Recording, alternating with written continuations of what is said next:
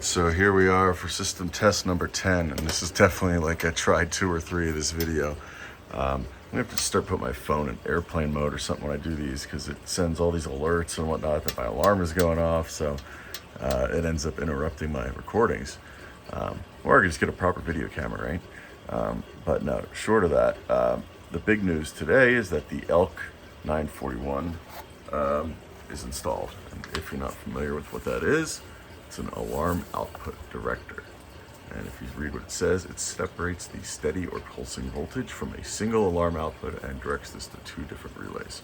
And there's various settings that you can use it for. You can have it latch if the one turns on and then the next one turns on. It waits until both are gone until it turns off, kind of thing. It's kind of cool because of the way that I have the sync circuit where the bell drives the sync circuit. You'll actually have a scenario where the bell turns off and then this thing is trying to detect is it still pulsing or not. So the strobes stay on for a minute because the sync is now turned off from the bell being off. It's kind of cool, actually. It gives a very proper kind of silence type effect, even though it's not truly doing that. It's not a real alarm panel. It's very similar. So the other thing of this is going to show is the difference between Burglar, which is a continuous alarm, and the smoke or temporal 3 or 4. I don't know if I'll do CO in this test. We'll see. We have time. I don't want it to go too long. But the first thing we're going to do is come around here to make sure the alarm is armed, which it is. And then in order to trigger the alarm, I've got a fun little toy here. There's a glass break sensor. It happens to be just sort of right around the side of this alarm circuit breaker here. And it's kind of a perfect way to test this thing. I don't even think this is the one for this sensor. I think I have a Honeywell here, but I have a Honeywell one of these as well. But this still triggers it if you stick it right in front of it. So this is going to trigger a burglar alarm. And what you should see is that only the first light ever comes on here. And the strobes will not come on. So maybe I'll get the strobes in the back here. See if I can get the Gentex in view. Yeah, it's kind of hard, but let's see if this works.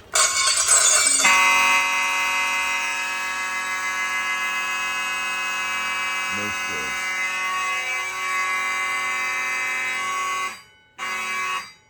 Okay, so.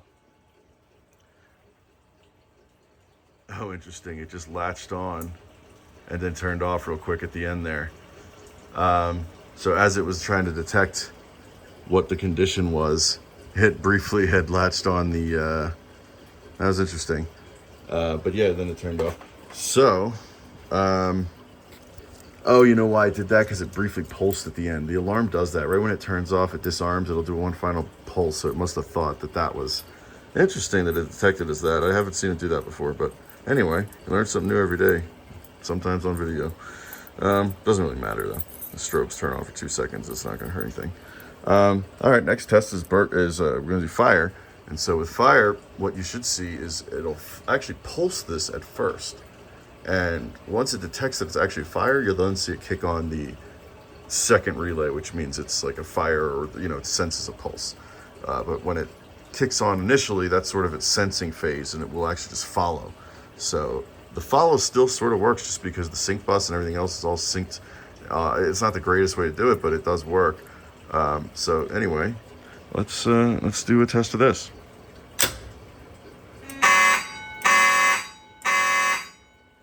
And there it latched.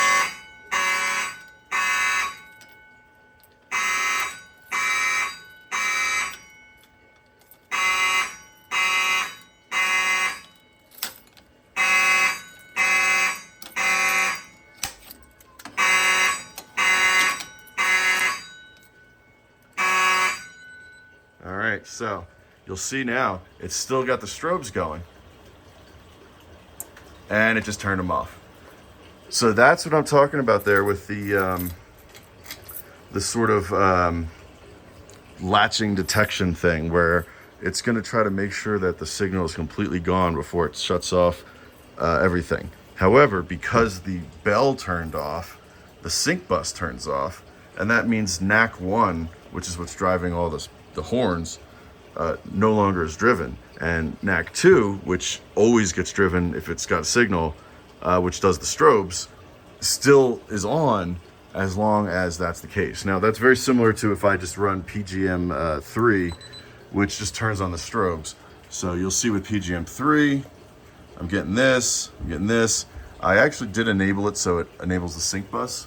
It's actually these wires right here. So these 3 wires are the 3 PGMs and the bell. So the bell is the red one, and then these 3 here, the 3 PGMs, and there's the diodes that runs from each of those to this here, which is basically to the sync bus output. Now the other option for that is this. When it does that, now that doesn't do anything for the strobes, but essentially that's the Deuce MC sync if I wanted to do that instead.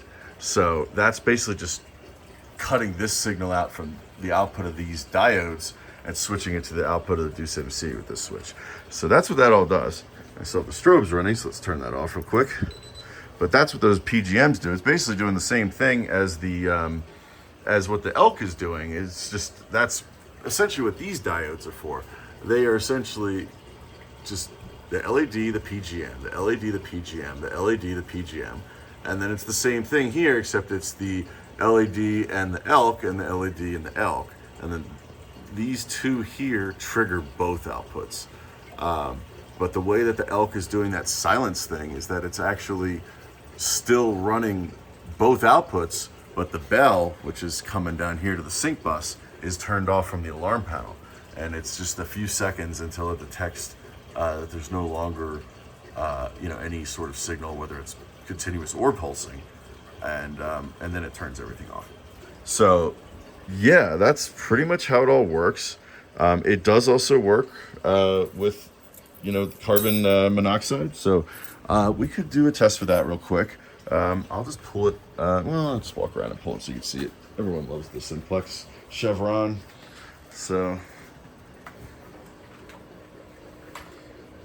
but I guess if I pull it this side, you can't see the strobe. Well, maybe if I stick the phone around real quick or run around real quick. All right, here we go.